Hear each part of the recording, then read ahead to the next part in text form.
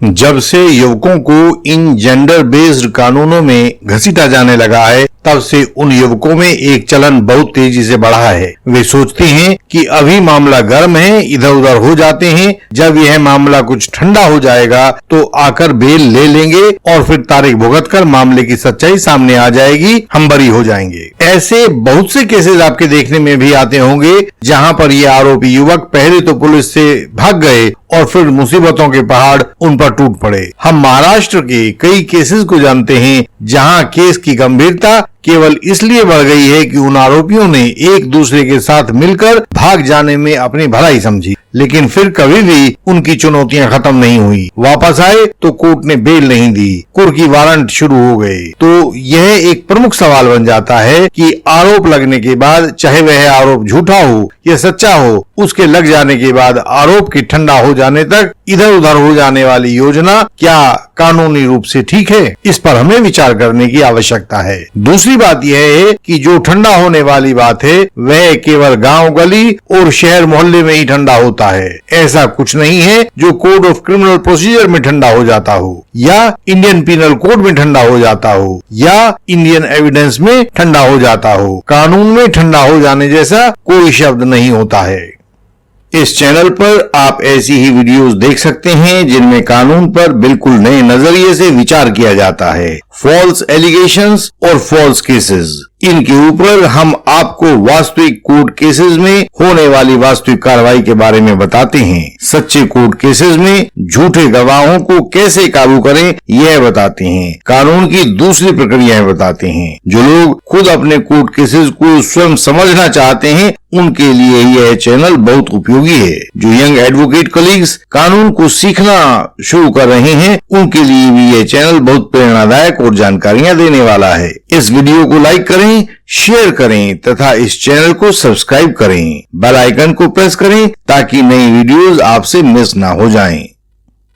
सवाल है कि जो आदमी अपराध के घटित हो जाने के बाद कानून की पहुंच से दूर हो जाता है उसे क्या कहते हैं? जवाब है, जो आरोपी अपराध के बाद से पुलिस की पहुंच से दूर भागता है उसको हिंदी में भगोड़ा अपराधी कहते हैं और इंग्लिश में उसे प्रोक्लेम्ड ऑफेंडर कहते हैं। कोई भी आरोपी एकदम से प्रोक्लेम्ड ऑफेंडर या भगोड़ा अपराधी नहीं बन जाता है, बल्कि इसका एक कानूनी तरीका है, प्रोसीजर है, जो 1 महीने से अधिक की अवधि में पूरा होता है। सवाल है, किसी आरोपी को कानूनन भगोड़ा अपराधी या प्रोक्लेम्ड ऑफेंडर घोषित कैसे किया जाता है? इसका जवाब है कि यह सेक्शन 82 सीआरपीसी के अंतर्गत होता है। सेक्शन 82 में यह सब लिखा हुआ है। जब किसी कोर्ट को साक्ष्य लेने के बाद या अन्यथा यह विश्वास हो जाता है कि जिस व्यक्ति के खिलाफ वारंट जारी किया गया था वह भाग चुका है या वारंट की तामीर होने से छिपना चाहता है, तो वह कोर्ट एक घोषणा का प्रकाशन करवाएगा कि वह आरोपी निश्चित दिन और समय पर हाजिर हो जाए। यह समय घोषणा के प्रकाशन के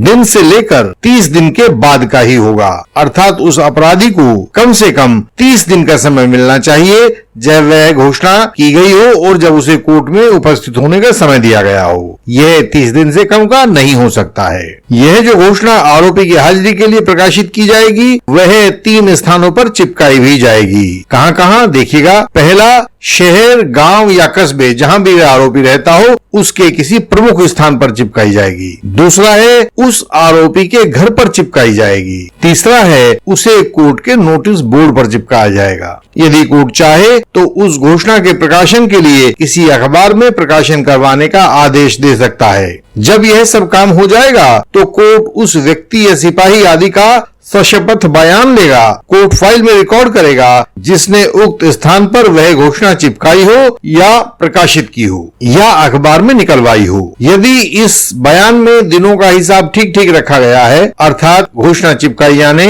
और अपराधी के कोर्ट के सामने उपस्थित होने में यदि ठीक ठीक 30 दिन का समय दिया गया है, तो यह बयान जो उस पुलिस वाले ने दर्ज करवाया है उस घोषणा के बारे में पूरी तरह से प्रमाणिक माना जाएगा। उसके बाद उस आरोपी को प्रोक्लेम्ड ऑफेंडर घोषित कर दिया जाएगा। सवाल है कि किसी आरोपी के प्रोक्लेम्ड ऑफेंडर या भगोड़ा अपराधी घोषित होने से क्या कठिनाइयां आ सकती हैं? जवाब है, जब कोई आरोपी प्रोक्लेम्ड ऑफेंडर या भगोड़ा अपराधी घोषित हो जाएगा तो उसके घर संपत्ति की कुर्की करवाई जा सकती है।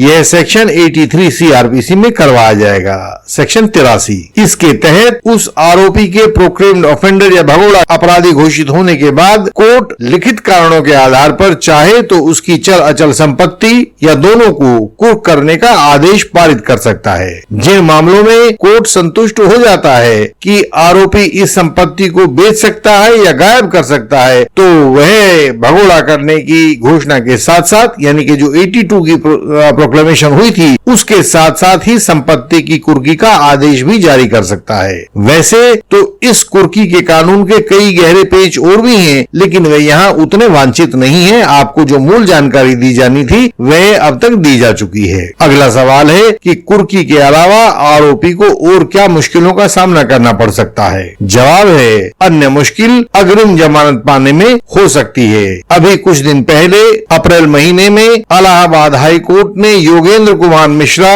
Versus state of UP CRPC number 20357 of 2021 में 2021 की इस क्रिमिनल पिटीशन में कहा है, साधारणतः जब आरोपी भाग रहा हो और उसे प्रोक्लेम्ड ऑफेंडर घोषित किया जा चुका हो तो उसे अग्रिम जमानत दिए जाने का सवाल ही नहीं उठता। हम यह दोबारा कहते हैं कि जिस व्यक्ति के खिलाफ वारंट जारी हुआ हो और जो उससे बच रहा हो या भगौड़ा होने की प्रक्रिया से गुजर रहा हो और जिसे सेक्शन 82 CRPC में भगौड़ा अपराधी घोषित किया जा चुका हो, वह एंटीसिपेटरी बेल का अधिकारी नहीं रह जाता है। इस केस को डिसाइड करते हुए हाई कोर्ट ऑफ इलाहाबाद ने सुप्रीम कोर्ट के एक बहुत ताजा फैसले जो अभी 2021 में दिया गया है उसका जिक्र किया है। सुप्रीम कोर्ट का फैसला था Prem Shankar Prasad versus state of Bihar AIR 2021 Supreme Court 5125 page. उस फैसले में सुप्रीम कोर्ट ने कहा था, हाई कोर्ट ने एंटीसिपेटरी बेल देने का काम कानूनी तौर पर नहीं किया है। सेशन कोर्ट द्वारा जिन चीटिंग के आरोपों पर ध्यान दिया गया था, हाई कोर्ट ने उन पर ध्यान नहीं दिया और यह अनुचित था। हाई कोर्ट ने यह भी बात की अनदेखी की है कि उस आरोपी के खिलाफ सेक्शन 82-83 CRPC का विचार चल रहा है। अतः ऐसे मामले में हाई कोर्ट द्वारा आरोपी को अग्रिम जमानत दिया जाना गैर कानूनी है। तो अंत में हम आपसे यही कहेंगे कि जिस बात को आम बोलचाल की भाषा में मामले का ठंडा होना कहा जाता है वह कानून में कुछ भी नहीं होता है। कानून में इसे डिले कहा जाता है और डिले अक्सर दंडनीय हो जाती है। भगौड़ा होने से आरोपी को कुर्की जैसी दुर्भर परिस्थितियों का सामना करना होता है, उसे अग्रिम जमानत मिलने में भी कठिनाई होती है। दूसरे, यदि इसी बीच ट्रायल शुरू हो जाए तो आरोपी उन सभी में सबसे पीछे रह जाता है और अलग रह जाता है। ट्रायल तो उसे पूरा करना ही होगा। अतः कानून के उल्लंघन से बचें, हमारे सदस्य बने, कानून की सही जानकारी हमेशा पाते रहें और कंसल्टेशन भी पाते रहें।